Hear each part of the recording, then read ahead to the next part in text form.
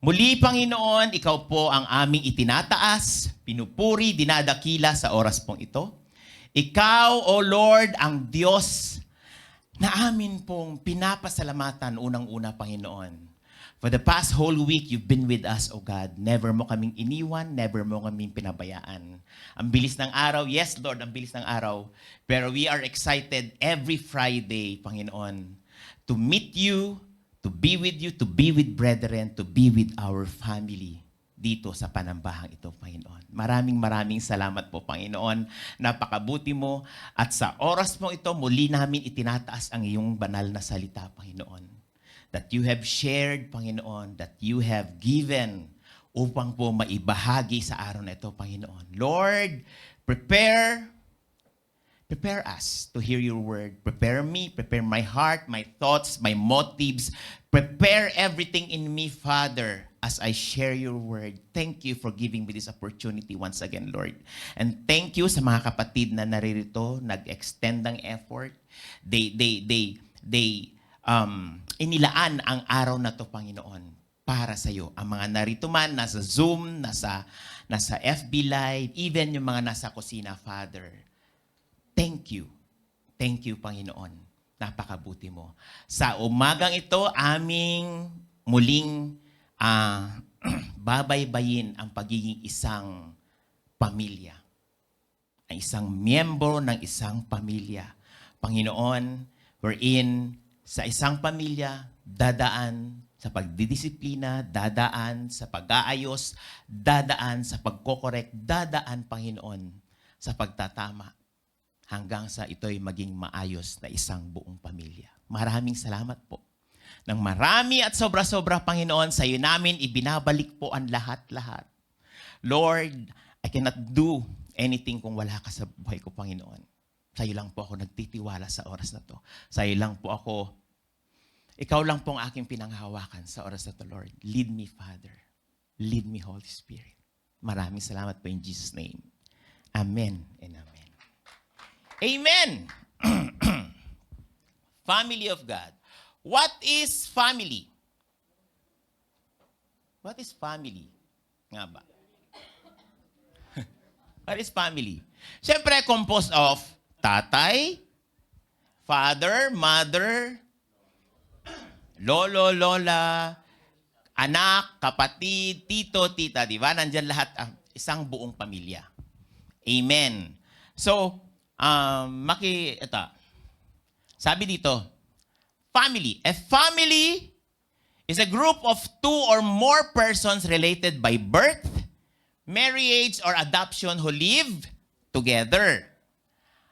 All such related persons are considered as members of one family. Amen. Yep. Ayan. Family is the foundational institution of society ordained by God.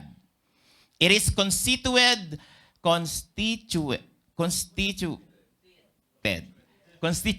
by marriage and is composed of persons related to one another by marriage, blood, or adoption.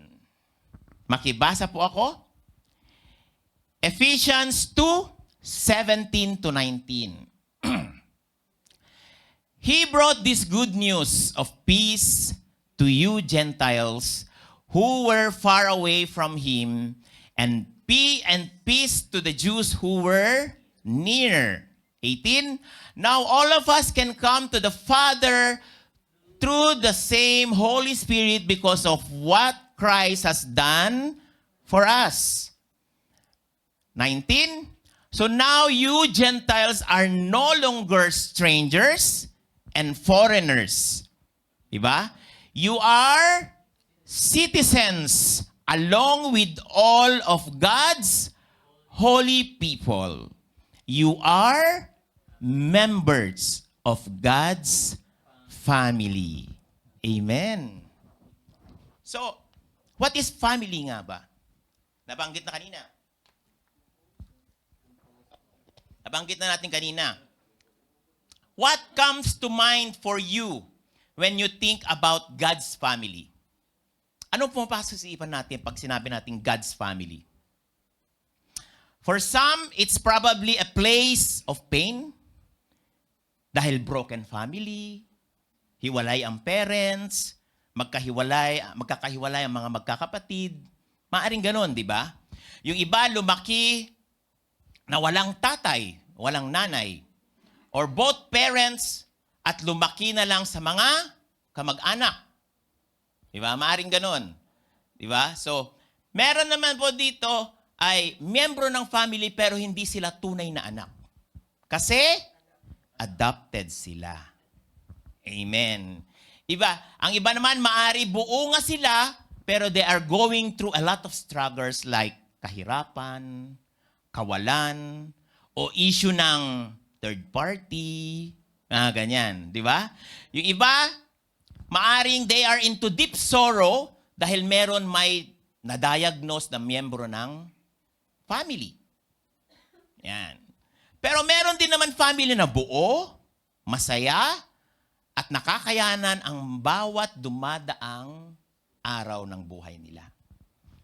Meron ding family na buo, meron ding family na nabuo. Saan? Sa iba? Or saan? Dito. Sa church. Amen. Amen. Sa umagang ito, sorry.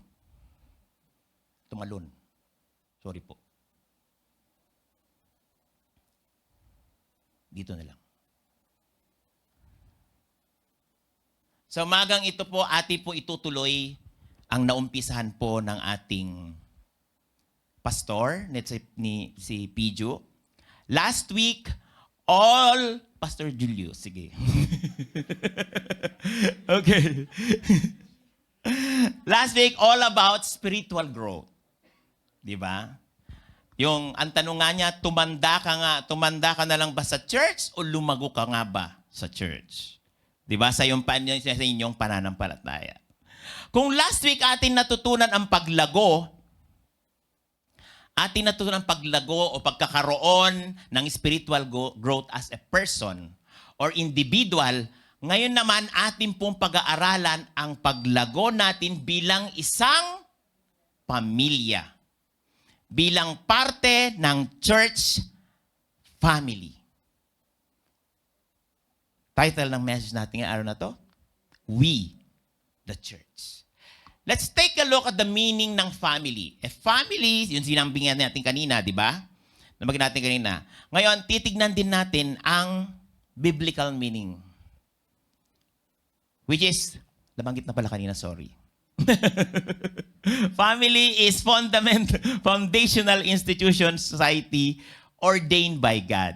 Okay. It is constituted by marriage and is composed of persons related to one another by marriage, blood, or adoption. Sa tagal na rin natin sa church, yung iba dito bago pa. Ilang linggo pa, ilang months pa lang. Pero para sa matatagal na sa church, ano sa palagay natin? What makes the church as family? What makes the church as family? Believers are called by name to be part of this family and are drawn together and constituted as a family by the Holy Spirit. No family is perfect. Totoo naman po yun. No family is perfect. And there are always members of the family with different temperaments. Diba? Lalim. Pastor, different temperaments. But there is one foundational bond ang isang pamilya sa tahanang ito. One foundational bond na meron tayo is faith. Yan po ang meron tayo. The church, constituted by God, is mandated to evangelize. Every family and every church must have a missionary outlook. If more people will just see the church as family with fellowship and flows, then fewer would be living. Kung marami sa atin, kung people, kung tayo mga kapatiran dito are the church na nakikipag-fellowship, nakikipag-banding, fewer will be living. Konti lang ang aalis. If more people, di ba? If more pastors and church leaders will just see their church as a family, fewer members or attendees would treat the church like a job or responsibility with burden. Di ba? Kasi yung iba, ginagampanan na lang ang rule dahil responsibilidad para sa kanila. We must radiate Christ to the world. Mag-radiate tayo dapat. We must radiate Christ to the world. And yet, we were experiencing profound change, which makes the task of evangelism very and more challenging. Nagbabago kasi ang mundo. Nagbabago ang galawan. Di ba? Kung papansinin natin yung tipo ng evangelism ng mga naunang panahon hanggang ngayon. Nagbabago. Kaya it makes evangelism more challenging. At nawa, nasa ganun stage tayo. Nag-e-evangelize. Let's take a look at this. Meron? Sinong nakakaalala nito? Paluin ko ang hindi nakakaalam.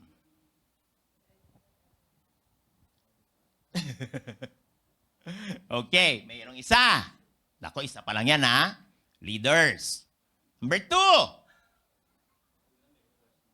To aid personal and spiritual transformation.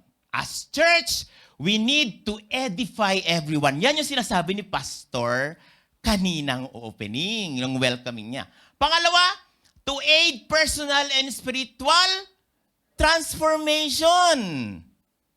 Wala pa rin, Pastor, nakakaano sa kanila. Isa pa lang yung nagtatas ng kamay. Number 3, to guide and strengthen the growth. I-guide natin at pagtibayin natin yung paglago. Hindi basta nilatagan mo na lang ng lesson yan, yun na yun. No. I-guide natin and strengthen yung paglago natin. Paglago ng bawat isa. Next, to train every believer. To train, take note, to train. Diba? Pumipiyok na ako. To train every believer. Diba sabi sa Bible, ano sabi sa Bible when it comes to train? Train up a child the way it should go. Dala-dala niya yun hanggang sa pagtanda niya. Wala pong nakasaad sa Bible na to train up a dog or train up a cat. Which is nakakalungkot talaga sa panahon ngayon. Mas marami pa nag-e-exert ng effort to train their dogs and their cats. And their pets. It's okay. Hindi ako disagree. Okay lang naman mag-pet. Ang dami kasi na, meron pa yung tipong, sino ba yung kapatiran nila? Namatay ang nanay niya sa Pilipinas, hindi makauwi kasi walang magbabantay sa aso. Diba? Anong nakakalungkot na galawan? Diba? It's okay to have a pet. No issues po doon. But ubusin ang panahon, may panahon ka pa sa aso more than sa pagdalo ng BS, pagdalo ng gawain, pagdalo ng prayer, IP, o pagdalo ng anumang gawain sa church. That's totally different story. Hindi ako agree doon. Hindi ka makasama sa outing kasi yun na yun. To send out every believer. To send out every believer. The moment we edify everyone, the moment we give an aid to everyone and transform everyone, the moment we guide and strengthen them, the moment we train, we are going to send out every believer. Saan ito matatagpuan, mga kapatid? Leaders!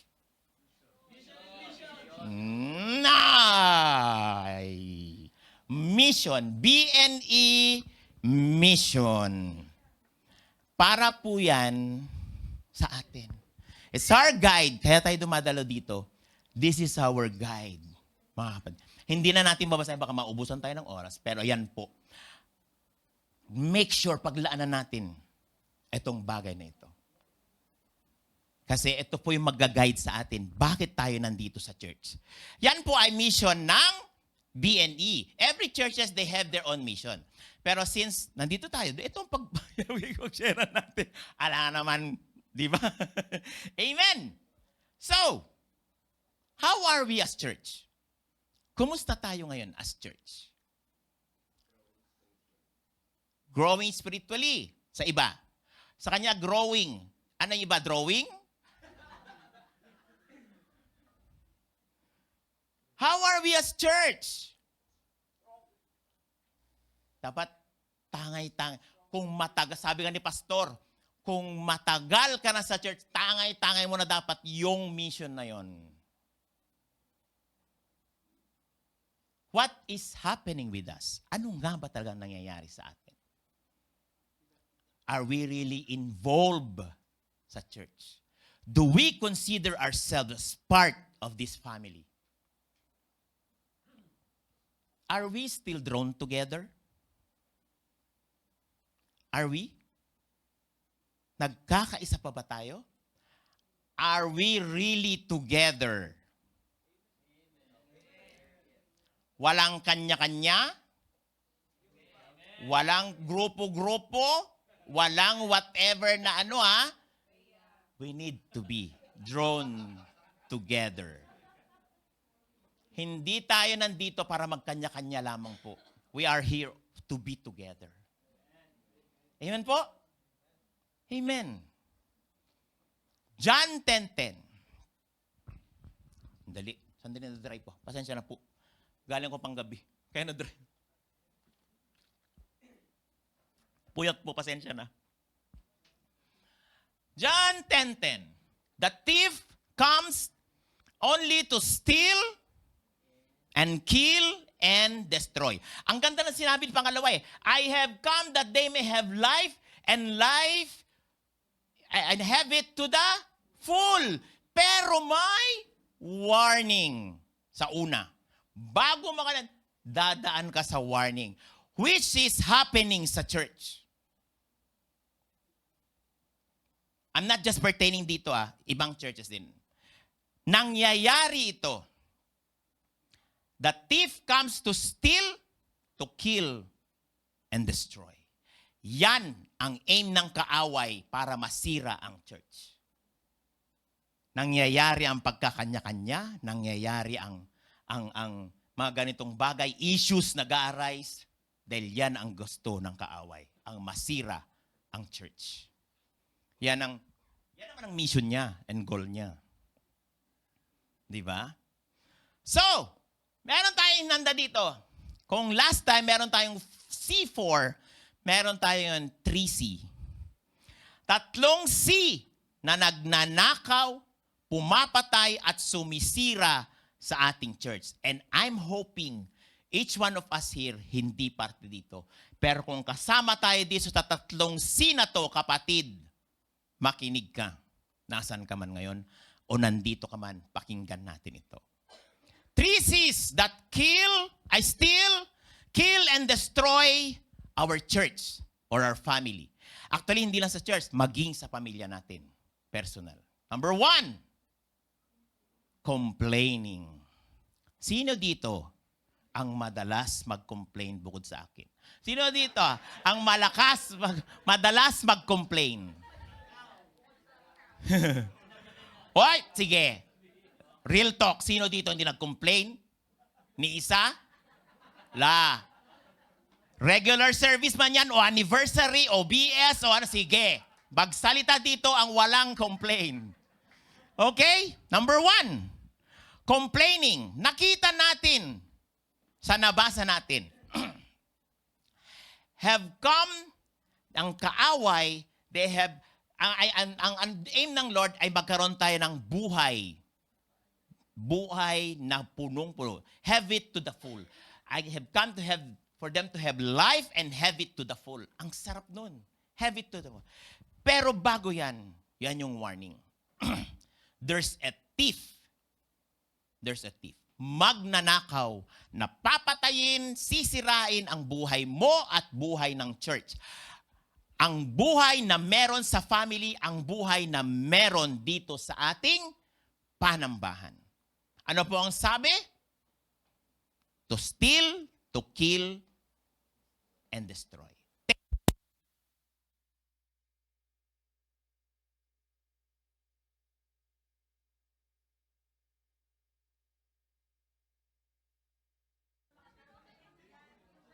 Hindi na ako mag-mic? Kumawa namin mo na sa Zoom. Amen. Okay po kay Jess? Okay. Ulitin ko. Okay. There's a thief. Magnanakaw na papatayin, sisirain ang buhay mo, ang buhay na meron sa family natin, personal, ang buhay na meron sa ating church. Ano pong sabi? The thief comes to steal, to kill, and destroy. And take note, hindi lang ang kalaban o ang devil ang magnanakaw, pumapatay, sumisira sa masayang buhay o sa family o sa church. Minsan, tayo mismo. Minsan. Minsan ba o madalas? Tayo mismo. Ayun po. 3 C. Number 1, complaining. Tandaan natin ito at pakinggan niyong mabuti. Makinig. Gusto niyo ito tip ko lang ha. Tandaan niyo. Ito tip ko sa inyo. Gusto niyo maging miserable ang buhay niyo at buhay ng ng church? Gusto niyo maging magulo ang church? Gusto niyo maging miserable ang pamilya natin? Pamilya niyo? Ito ang effective na tip na ibibigay ko ngayon. Sigurado. Kung gusto nyo talagang lagi kayo galit, kung gusto nyo talagang magulo ang church, kung gusto nyo talagang makitang nakasimangot lagi, kung gusto nyo laging salubong ang mga kilay ninyo, di ba gusto nyo yan? Simple lang. Tanong yung sarili nyo, ano? Simple lang. Magreklamo ka sa lahat. Ireklamo mo ang kapatiran, ireklamo mo ang mga pastor, ireklamo mo ang program of service, ireklamo mo ang sundo mo at hatid mo, ireklamo mo ang ulam, ireklamo mo ang schedule ng aftercare, ireklamo mo ang asawa mo, ireklamo mo ang anak mo, ireklamo mo ang katrabaho mo, ireklamo mo ang trabaho mo, ireklamo mo ang panahon, ireklamo mo yung mga kasambahay mo, ireklamo mo lahat. Isa lang masasabi ko, congratulations.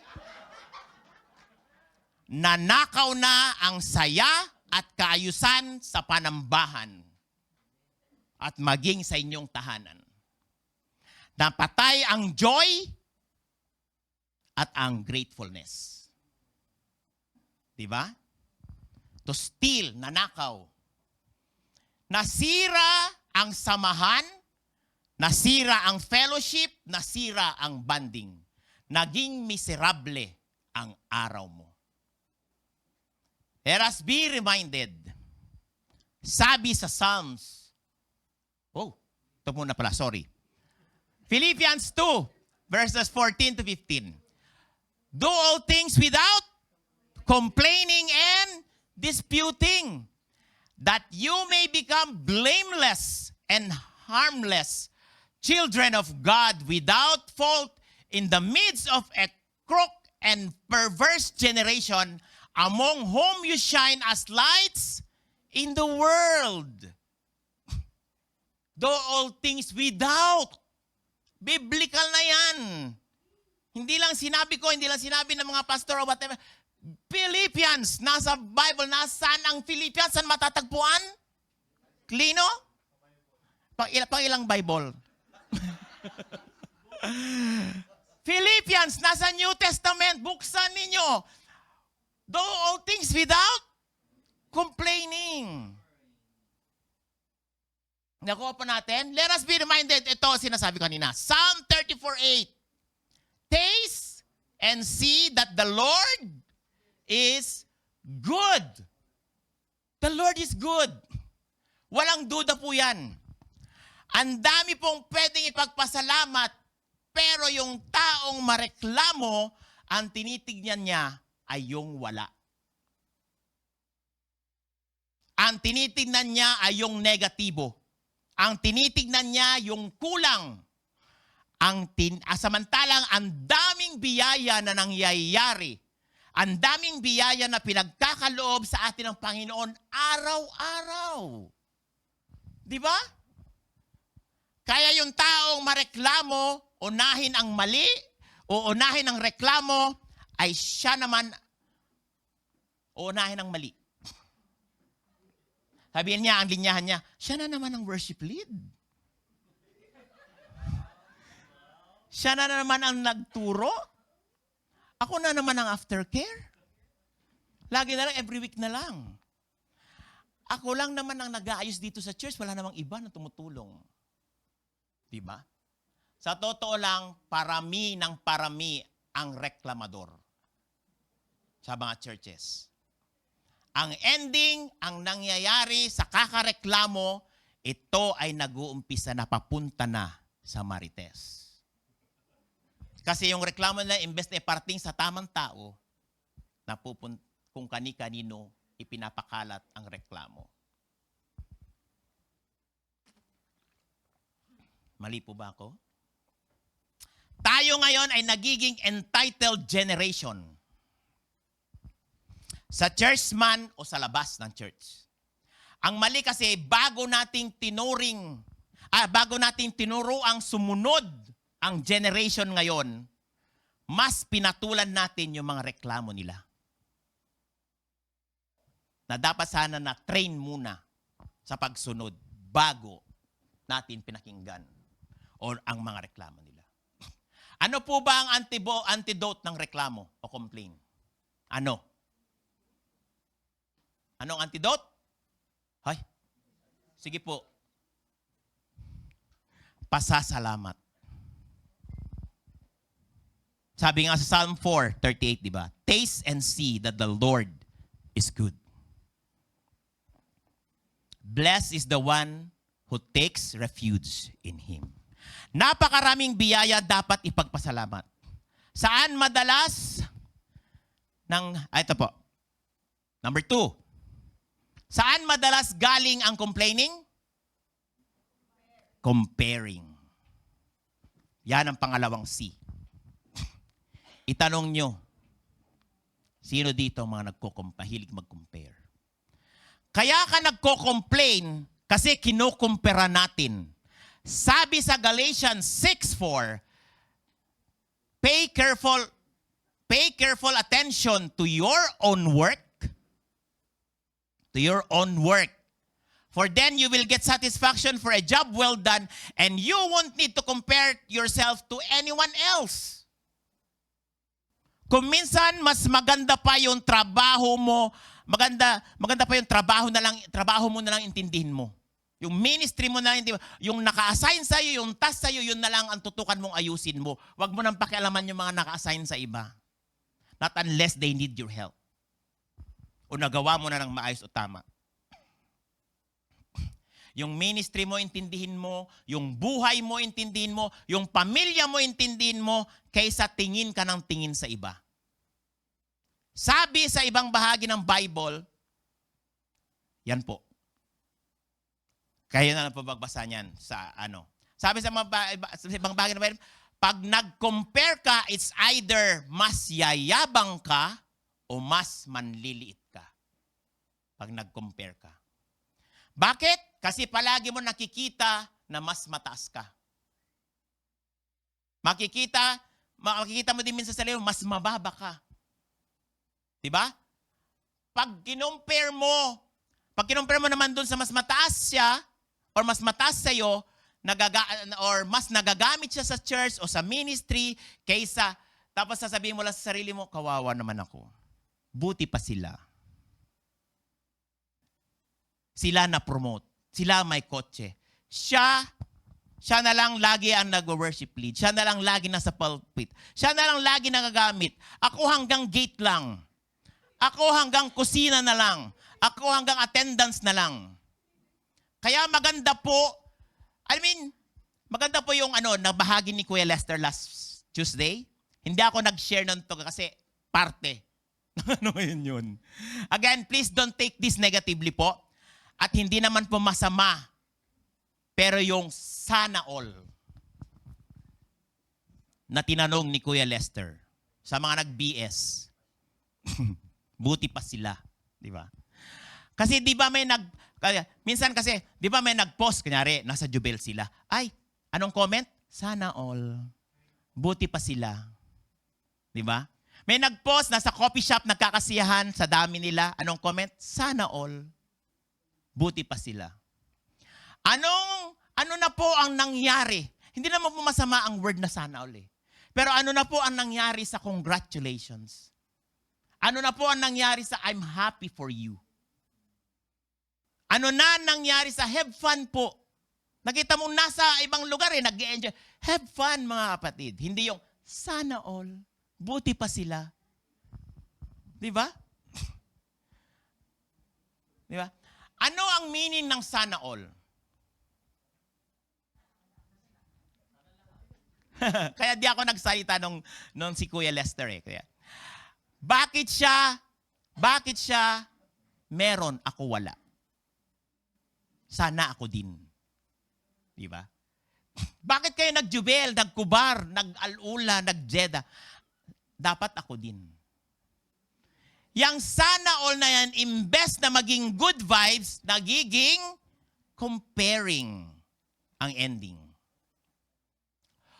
Hindi ko po sinasabi talagang mali ang sana all, okay? At hindi nyo kailangan mag-repent na magkakaroon kayo, pero wala naman po yan. Nasa motibo ng pagkakaroon.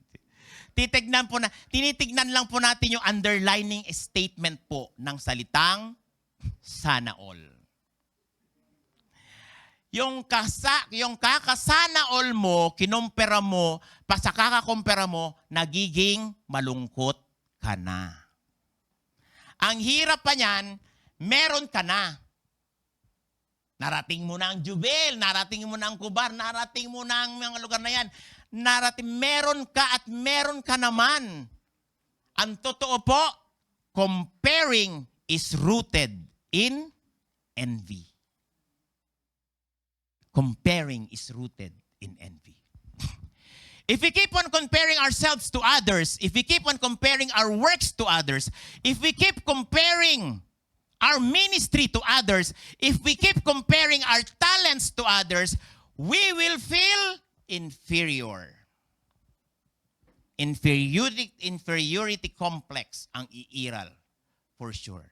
Nanakawin yan ng kaaway, yung galak natin, yung kung anong meron tayo, nagawa o na-accomplish, yung mga naiambag natin sa church, yung may mga naiambag sa ministry, nanakawin yan if we keep on comparing ourselves to others. Amen? Stop comparing. Hindi naman natin sinasabing huwag mag-complain. 'Di ba? Yung dito, may sopas na may sopas na may arroz caldo na may langaw. Thank you, Lord. May sahog. Hindi naman ganun. Okay? Hindi naman ganun. Hindi ko naman sinasabing hindi pwede mag-complain, 'di ba? Sino dito ang hindi nagrereklamo sa init? Tell me. Marami ako naririnig. Beginning pa lang yan ng init. At sosobra pa yan pagdating ng mga susunod na araw. Ito lang po complain and compare. Init, di ba? Paglabas nyo, wow, ang init. At ito po ang tanong ko, pag nagre-reklamo ba tayo, lumalamig ba? Nagbabago ba ang panahon sa kakareklamo natin? Sana pag nagreklamo tayo ng init, bigla uulan ng snow. O di masaya, magreklamo na lang tayong lahat. Di ba? Kaso hindi eh. Lalo lang tayong, sa kakareklamo natin, lalo lang tayong naiinis, umiinit ang ulo. May nagagawa bang reklamo? Wala. Wala. Hindi ko sinasabing pasalamatan natin ang init, pero complaining and comparing hindi nakakatulong. Ganun po sa panambahan. The more we complain, the more we compare. Hindi po nakakatulong. Walang nagagawa ang reklamo, walang nagagawa ang pag-compare. Ito po, pakinggan natin. Kung di mo maiwasan mag-compare, gusto mo talaga mag-compare? Tignan mo. Saan yan? Dead bodies. Saan po yan? Tignan mo ang kalagayan ngayon ng Israel at Palestine. Nasa ibang klaseng init sila. Tensyon at init ang nandyan. Ibang klaseng init at tensyon. Ang init nila ay mga missiles na nagpuputukan sa taas, nagliliparan sa taas. Pero sa baba nito, baba ng missiles na yon ay yung mga naging epekto. Naging epekto ng mga missiles na yan. Alam nyo ba na 30,000 na ang namamatay sa gerang ito ng Palestine at Israel na nakialam na ang Iran? Alam nyo ba na everyday ay 250 people ang namamatay? At 13,000 or 1 every 15 minutes ay bata ang namamatay. Kaya kung gusto mo mag-compare, yan. Yan ang paanyaya ko at hamon ko sa inyo. I-compare nyo ang kalagayan nyo ngayon, kalagayan ng init o sitwasyon natin ngayon sa mga batang nasa gera. Kung magko-compare ka din lang kasi kapatid, i-compare mo na sa mas malala pa. Yung mga mahirap ay pinagdadaanan at nararanasan. Then, be grateful. I-compare mo ang BNE sa anumang church you belong. I-compare mo ang mga church, i-compare mo sa mga churches na halos ikulong sila, patayin, yung mga members at leaders hinuhuli. I-compare mo ang BNE sa mga lugar na mga churches ay hindi, di ba? Hindi sila makadalo ng church, hindi makapaggawain kasi bawal. We are so privileged na meron ditong open church wherein we are welcome as family. Amen po? Nagtatago lang sila, mairaos lang ang gawain. Makapag-evangelize lang. I-compare mo, yung complain mo at mga comparison mo, i-compare mo sa mga missionaries na halos mamatay na sa gutom, walang makain, iniiwan ang kanilang pamilya para sa Panginoon. Compare mo yan, kapatid. Yung mga reklamo mong yan. Kumusta naman tayo ngayon? And last, ito ang pangatlong magnanakaw. Controlling. Makontrol kasi tayo. Gusto natin yung mga bagay nangyayari ayon sa kagustuhan natin. Ayaw.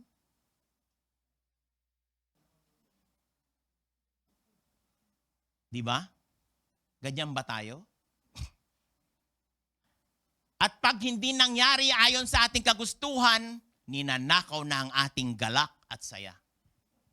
Nakalimutan natin, meron tayong pastors to decide or to approve.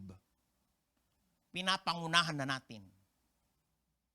One of the best example dyan, ay yung pamamaraan na pagpapalaki sa mga anak o mga bata. Alam ko, ibang topic po ang parenting, pero pasadahan natin. Connected to sa family, sa spiritual growth. Kailangan naman talaga natin i-control o mag-control sa mga bata, di ba? Halimbawa, yung mga anak natin, dapat meron talagang nagko-control. Nako-control talaga sila at certain age. Di ba? At certain age. Hindi po pwedeng yung mga magulang ngayon, anak, bahala ka na. Okay, sige, go. Ganun ang mga magulang ngayon. Ang daming ganun. Di ba? Be good boy. Okay? Be good girl, okay? Masabi lang. Masyado nating binibigyan ng kalayaan ang mga bata. Okay, go, manood ka na. Go, mag-cellphone ka na. Ayaw mo pumasok sa school, bahala ka. Ganun na lang. Ganun na lang. Yung tipong anak, gising na, what time na? That even super late na sa umaga o tanghali, tsaka pa lang gigisingin ang mga bata o tanghali na, tsaka pa lang maalala na, ay tulog pa palang anak ko. Di ba? Kasi pareho silang puyat, even ang mga magulang. Di ba? Even their parents, puyat din. Puyat saan? Alam nyo na yon. Kaya, bahala na kung anong oras magising, kailangan may kontrolin tayo. Kailangan kausapin natin. Kailangan malaman ng mga bata ang limitations nila. Kailangan nilang malaman kung ano ang dapat nilang gawin. Di ba? Train up a child nga, di ba? The way it should go. Anong oras sila matutulog, anong oras sila kakain, anong oras sila sa mga gadgets. Hindi yung konting iyak lang, okay, go, sige anak, gamitin mo na. Wow. Bigay na agad. Kailangan may kontrolin tayo. At kailan natin dapat gawin ito? Yung pagkontrol sa mga bata? Habang bata pa sila at nasa poder pa natin. Habang nasa poder pa natin. Hindi po pwedeng, Mami, anong gagawin ko? Sabihin ng nanay, bahala ka. Go, kaya mo na yan. Hindi pwede yun. Hindi pwede. Parents, you have to be in control. Kontrolin nyo na mag-aral ang mga anak nyo. Kontrolin nyo na mag-aral siya. Kontrolin nyo na magsipilyo siya. Kontrolin nyo na kumain on time. Kontrolin na maligo siya, magbihis. Kontrolin nyo na matulog sa tanghali, matulog on time. Hindi sila ang masusunod. O baka naman pati yung mga parents dapat i-control na rin. Which is wrong. You need to take control, parents. Pero at a certain age, ang susunod dyan ay hindi na control. Anong susunod sa control? Coaching na dapat. Magdedepende yan sa edad ng bata. Coaching ka na. As parents, nagko-coach ka na. Pag yan nagti-teenager na, lalo na pag lumagpas na ng 18 years old, syempre, ayaw naman na ng anak mo na, anak, nagsipilyo ka na? 18, 19, 20, ganon? Naligo ka na ba, anak? Di ba? Anak, kumain ka na ba? Coach lang tayo dapat. Coach lang tayo. Kumbaga sa basketball, hindi ka na naglalaro at siya na ang naglalaro. Pero ang peg mo na lang bilang magulang, anak, go! Kaya mo yan! Ganon na. Coach ka na. Di ba? Kino-coach mo na anak mo. Lalo na kung sila ay nagsipag-asawa na. Hindi yung 30 to 35 years kumakatok ka pa sa bahay ng anak mo. Sabi, anak, nagsipilyo ka na? No. Anak, ang suot mo, mas bagay mo yung pula. Di ba? Wrong. 30, 35, may asawa na at anak na yung anak mo. Kaya tayo na po frustrate kasi akala natin kontrolado pa natin sila. Akala natin kontrolado pa natin sila. Tapos iyak na iyak si mami, si daddy. Hindi na ako mahal ng anak ko, hindi na ako sinusunod. Di ba? Ilang taon na ba siya? 35. Hindi na talaga makikinig sa'yo yan, kapatid. May sarili ng buhay. Consultant ka na lang. After coaching, consultant ka na. Di ba? Pag tinanong ka na lang, pag lumapit sila sa'yo at humingi ng tulong o payo, consultant ka na lang. Are you getting me? Bakit? Nanakawin yan ng galak mo kapag akala mo kontrolado mo pa ang lahat. We love to control kasi. Sa family natin, we love to control our wife, we love to control our husband, we love to control our children. Sa work natin, we love to control our co-employees. Sa labas, we love to control our society. We love to control the world. Kaya tingnan nyo, naggegera na. Sa church, we love to control mga kapatiran. We love to over-control our ministry. We love to control the program. Kaya kita mo, ang patutunguhan, war, tampuhan, inis, galit. Tapos sa bandang huli, wala nang dadalo. Kasi nagkatampuhan na. Kailangan may kontrolin tayo, yes. At ang makokontrol lang natin ay sarili natin. May mga bagay sa labas na hindi natin makokontrol. May mga bagay din sa buhay natin na hindi natin makokontrol. O buhay ng iba, hindi natin makontrol. May mga bagay dito sa church na hindi natin makokontrol, kapatid. At anumang bagay na yon na hindi natin makontrol, we surrender. Whatever things we cannot control, we need to surrender it to the Lord. And then we have the wisdom to know the difference. Ganon din po tayo dito sa church. Ganon na ganon po doon sa example natin. Sa buhay spiritual natin, ganitong-ganito, kagaya ng pagpapalaki ng anak at bata. Habang bata pa sa church, baby Christian, we control. Diba? The leaders, we control. Sa church, habang bata pa, sa Panginoon, we teach. Tinuturuan natin, we guide, we train, we minister. Pagbago pa, pagbata pa sa Panginoon. Pag tumagal na sa church at lumago na sa church, we coach. We coach na. Or we mentor. Nagme-mentor na tayo. Kasi siyempre, as we go deeper and grow sa Panginoon, a lot of things will come along the way that needs coaching or mentoring. Kailangan na yon. We will become a brother's keeper. And as we grow more and older, kayo,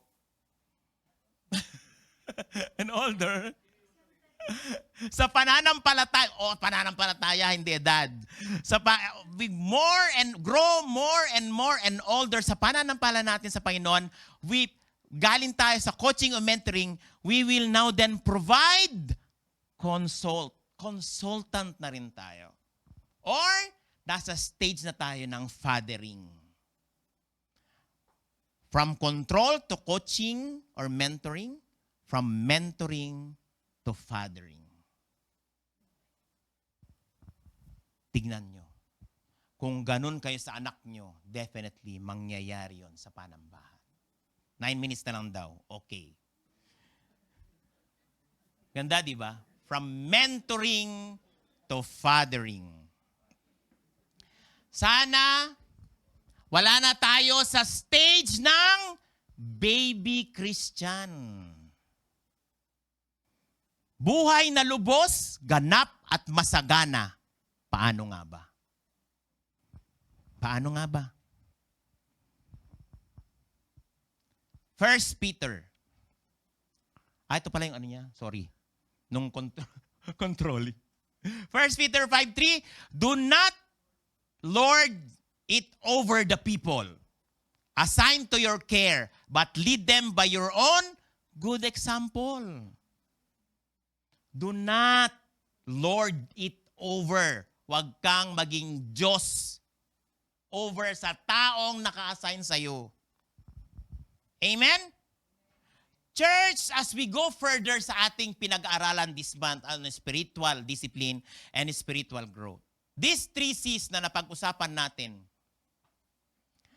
nagnanakaw, pumapatay at sumisira sa ating sarili, sa ating pamilya, at sa atin din dito sa church. Tandaan po natin, the church is now our family. Our family away from home. We are miles away from home, our family. All of us probably have a family story that isn't unique o unique na kwento or isn't quite what we expected and brought us up to places of pain, places of joy, places of sorrow, places of abundance, places of drought. Meron yan kwento ng pamilya dito ng bawat isa na dinala tayo sa lugar ng joy, lugar ng pain, lugar ng sorrow, places, abundance, and doubt. Some of us here might had family background of prayerful family. Alam natin, we can recreate exactly what we experience at home. Ito po tignan po natin. Our desire for family, yung longing for family as we are here, malayo sa ating pamilya, lumabas tayo sa ating bansa, lumabas tayo sa ating tahanan, malayo sa kanila. Nung dumating tayo dito, wala tayong pamilya dito, di ba? You're in your own. Siyempre, nung bagong dating tayo, anong ginawa natin? Nakipagkilala tayo, nakipag-interact tayo, nakipagkapwa tayo sa ibang Pilipino o ibang lahi, di ba? Sila na ang mga bagong pamilya natin noon. Pero nung nasumpungan mo ang church, kapatid, nung nasumpungan natin ang church, nagkaroon tayo ulit ng bagong pamilya. Nakipag-bonding tayo, nakipag-fellowship tayo, nakijoin tayo sa small groups o sa ministry. Nakabuo tayo ng pamilya. Saan man tayo magmula, saan man tayo nagmula, saan man nanggaling man tayo where we are 1,000 miles away, I assure you, you have a family here, kapatid. Pero look at us now. We are miles away. Here we are in this place called the church. We get to relate to one another. We get to fellowship with each other. We get to pray to one another.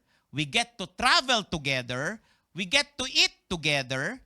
Nagkaroon tayo ng mga bagong tatay, nanay, kuya, ate, ninong, ninang, tito, tita. Nagkaroon tayo ng mga leaders, pastors na gumagabay sa atin. Amen? Ang iba naman dito na nakakilala ng kanilang forever. We get to relate to one another as family of God. We get to relate to one another as family of God. Sana wag po natin sayangin yun. Wag po natin sayangin yun. Sana hindi tayo manakaw, mapatay, masira ng 3 C na binanggit po natin. Ito po ang BNE, 10 years na po this year. 10 years na po this year. Nakita nyo yung mga video pinakita ko kanina? Sa buong 10 years, naging parte sila lahat ng BNE. Iba, lumarga na, iba nag-exit, nag-ibang bansa. Yung iba dito, mag-iibang bansa na rin. Sila na. Teka.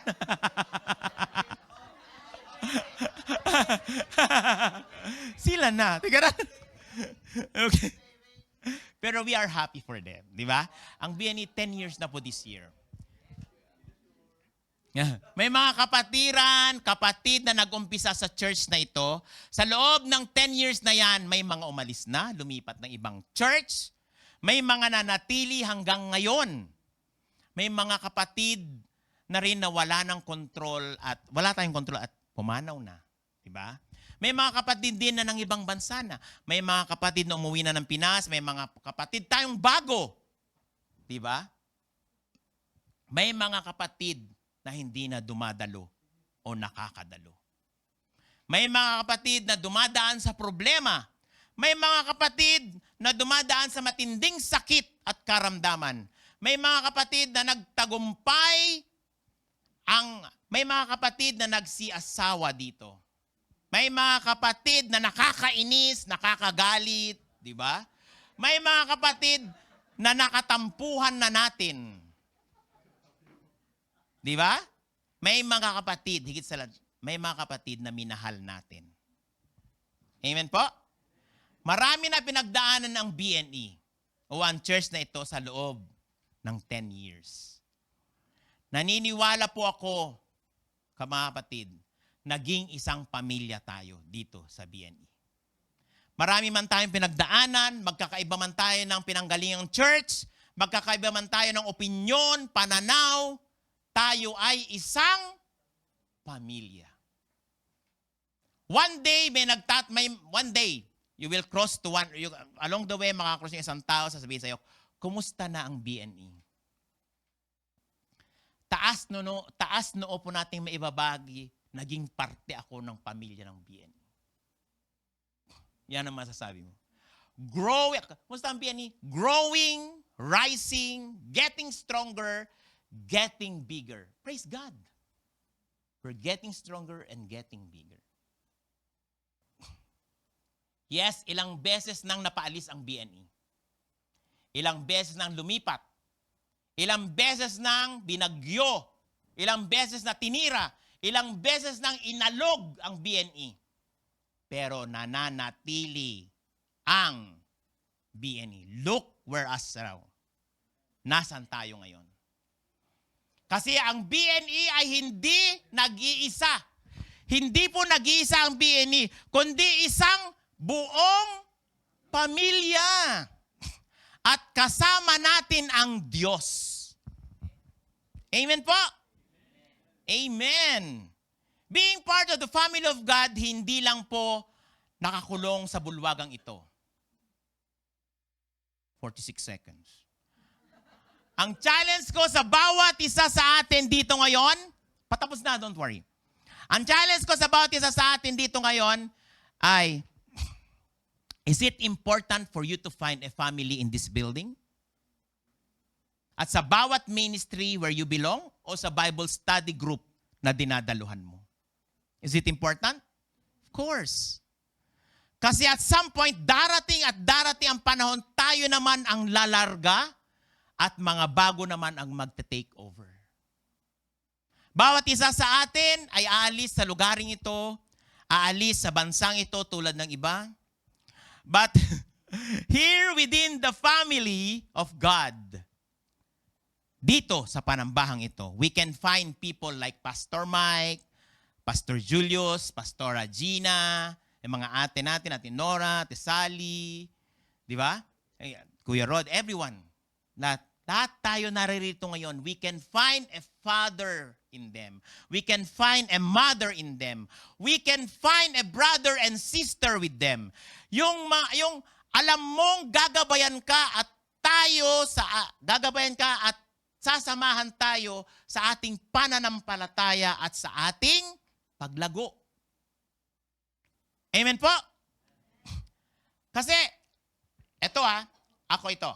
As long as I am walking, I am going to be in God's house.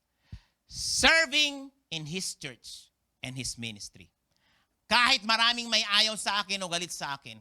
As long as I can sing, kahit hindi ako kagalingan kumanta, o wala man ako sa timing minsan, o madalas, I will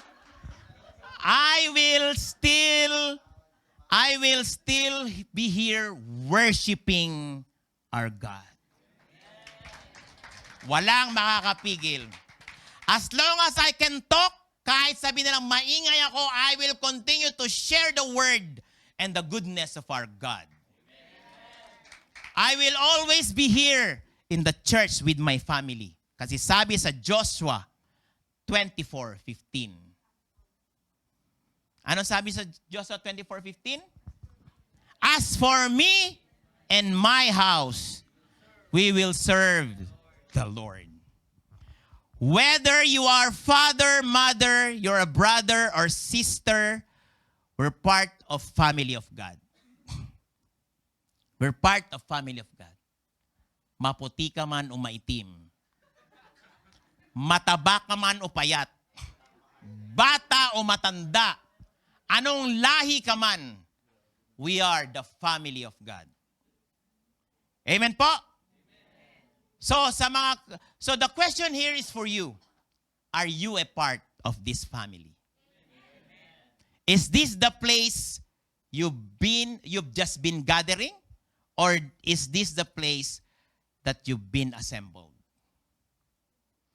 Alam ba natin na pagdating natin dito, yung sinabi ko last Friday, the moment you open that door, may nakaupuan, nakalaan para sa iyo, kapatid.